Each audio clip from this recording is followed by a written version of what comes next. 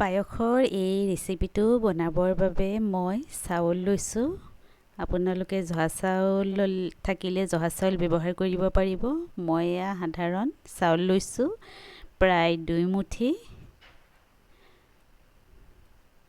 এইখিনি এঘণ্টামান সময় মই পানীত ভালদৰে ভিজাই থৈছিলোঁ। তাৰ পাছত এঘণ্টা পাছত পানীখিনি টুকি 3-4 বাৰমান ভালদৰে ধুই লৈছোঁ।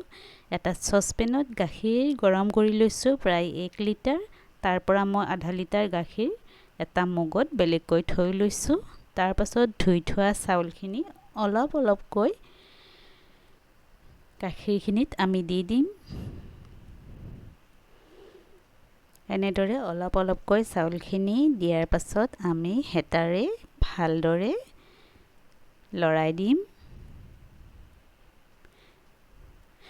জুইৰ ফ্লেম আমি মধ্যমীয়া কৰি ৰাখিম। বৰ বেছি ফ্লেম দিব নালাগে। আৰু অকণমান ড্ৰাই ফ্ৰুটছ লৈছোঁ আৰু তেজপাত আৰু ইলাইচি লৈছোঁ। এনেদৰে 10 মিনিটমান যোৱাৰ পাছত আমি ভালদৰে লৰাই দিম। আৰু এয়া অকণমান ডাঠ হৈছে, গতিকে আমি ইয়াত আৰু অলপমান গাখীৰ দি দিম। এনেদৰে গাখীৰখিনি এড কৰাৰ পাছত আকৌ ভালদৰে আমি লৰাই দিম। এনেদৰে হেতাৰে মাজে মাজে লৰাই থাকিব লাগিব। এঘণ্টা বা 45 মিনিট সময় লাগে এনেদৰে পায়সখিনি বনাবৰ বাবে। অকণমান ডাঠ হোৱা যেন পালে আমি আকৌ চেনি দি দিম। চেনি সদায় শেষৰ পিনে দিব লাগে, নহ'লে ফাটি যোৱাৰ সম্ভাৱনা থাকে গাখীৰখিনি। এতিয়া আকৌ ডাঠ দেখা গৈছে, আপোনালোকে অকণমান গাখীৰ দিলে দি ল'ব পাৰে, দি আকৌ লৰাই দিব পাৰে। মই ইয়াত তেজপাত দি দিলোঁ। আকৌ ইয়াতে মই ড্ৰাই ফ্ৰুটছখিনি একেলগে দি দিম। ইলাচি 2টা লৈছিলোঁ তেতেলিয়াই, ইলাচিকেইটাও ইয়াতে মই দি দিম।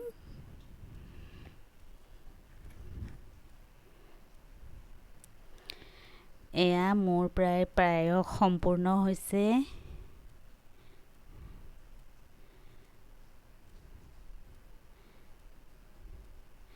এতিয়া কম জুইত মই 5 মিনিটমান সময় লৰাই থাকিম।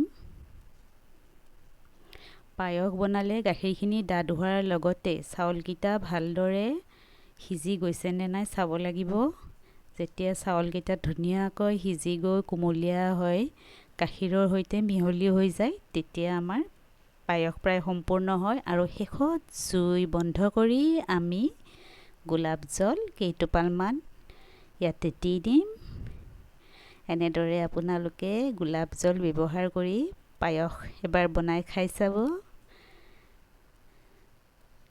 জুইৰ ফ্লেম বৰ বেছি নাৰাখিব, শেষৰ পিনে কমাই দিব। এয়া মোৰ পায়স ৰেচিপি প্ৰায় হৈ গ'ল।